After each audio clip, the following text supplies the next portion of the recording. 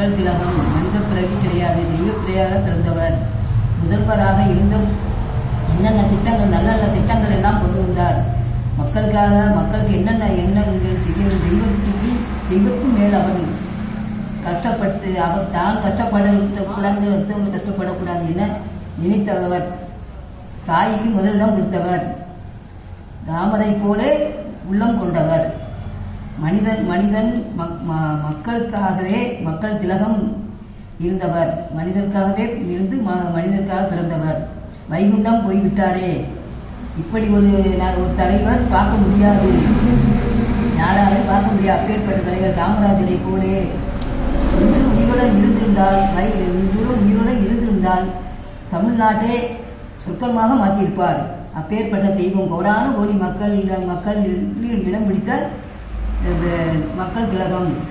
அவர் தன் கஷ்டப்பட்டோருக்கு அது கஷ்டப்பட்டால் உடனே அவங்களுக்கு கண்டிப்பாக உடனே செய்வார். உடனே செஞ்சவர். அப்பேற்பட்ட தெய்வம் அவர் தெய்வ பிறவி என்றுதான் சொல்ல வேண்டும் என்று நினைத்து எல்லாம் தாம் எல்லாத்துக்கும் உதவி செய்தவர். அவரே தெய்வம். எப்படி புகழ்வது என்றே தெரியவில்லை. எப்படி புகழ்வது தெரிய அன்னை இந்த கோயில் பாவந்தவரை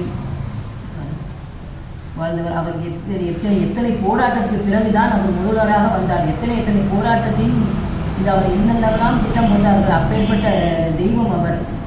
மக்களுக்காக எந்த யாரும் குற்றம் செஞ்சாலும் அவரை கண்டிக்கக்கூடிய தெய்வம். யாரும் குற்றம் செய்யக்கூடாது என்று நினைத்தவர் மக்கள் திலகம். எந்த குற்றத்தையும் உடனே கண்டிப்பார். அவரே நல்ல நிலை கொண்டவர். காந்தி போலே நான் முக்கியம் என்று வாழ்ந்தவர். சாதி சவேதம் என்று பார்க்கவில்லை. நற்கொருவரோடு சரிசமமாக பேசி பழகினவர். மனிதன் என்று அவர் தெய்வ செயல். நம் நாட்டுக்காக உழைத்த பக்தர். பிறர் கேட்டவர்களுக்கும் கோடான கோடி மக்கள் மனதை இடம் பிடித்தவர். மக்கள் திலகம் வாழ்க. தம் தாய் நாட்டுக்காக உழைத்தவர். அவரே நம் தெய்வம். பசி என்று யாரும் இருக்கக்கூடாது என்று நினைச்சவர். எங்கு யார் பசியாக இருந்தாலும் உடனே என்னென்ன செய்யணுமோ அத்தனையும் செய்யக்கூடிய மனிதர்.